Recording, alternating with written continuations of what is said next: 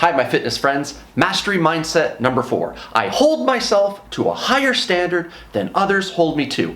This has nothing to do with being better than somebody else. This has nothing to do with us trying to tell everybody, hey, these are my accomplishments and this is how good I am at stuff. What this is about is when there's a choice between doing what is right and what is wrong. When there is a choice between taking the easy road, like I'm supposed to clean my room so I just pick up all my stuff, throw it in the closet rather than organizing it, versus taking the time to put things away in their place, we always do the right thing, even if it's difficult. It's about integrity, it's about pride, not in a bad way, but pride of like, okay, I take care of myself, I take care of my things, I do my schoolwork or my job work to the best of my ability, I try to be present for my significant others or for my kids or my friends. I am somebody who holds myself to a high standard. I'm talking as you. You hold yourself to a high standard. If it's easy but it's wrong, we simply don't do it. Making this a habit is key. If you can make it a habit, you would be consistent. And consistency is one of the hardest skills for a lot of people.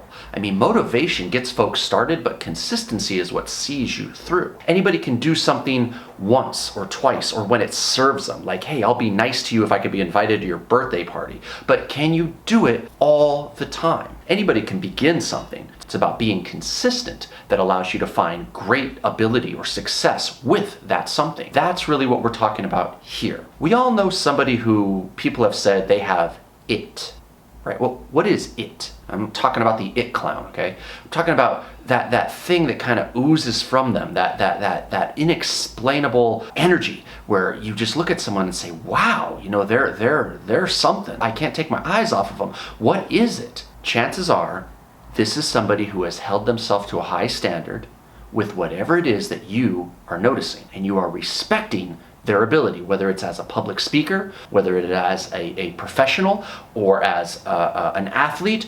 The idea is that they have probably done so much that has become sight unseen to you.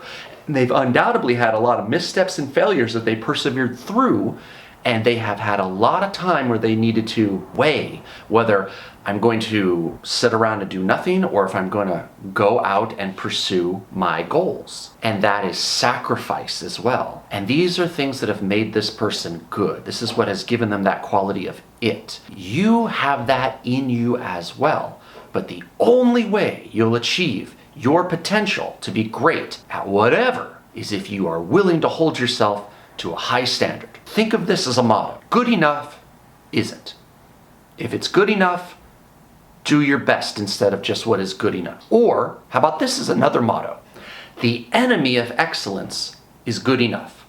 If you were a superhero and your name was Excellence, your arch nemesis would be a villain named Good Enough. Someone who's just, it's fine. Having mediocrity or a subpar effort be their gold standard. Whereas yours is, I can do it better, I'm going to do it better. Now, I'm not encouraging you to be a perfectionist. What I am encouraging you to do is just assess in the moment. Is this the best that I am able to do? If it is, great. Be happy, but maybe not satisfied. That way, when you come back to the same task and you have had some time to grow as a person or in wisdom or as understanding, then you might be able to refine. But if you just simply think, don't settle for less than my best, you'll be able to uphold this mastery mindset. And one more reminder, consistency is key. Thanks for listening.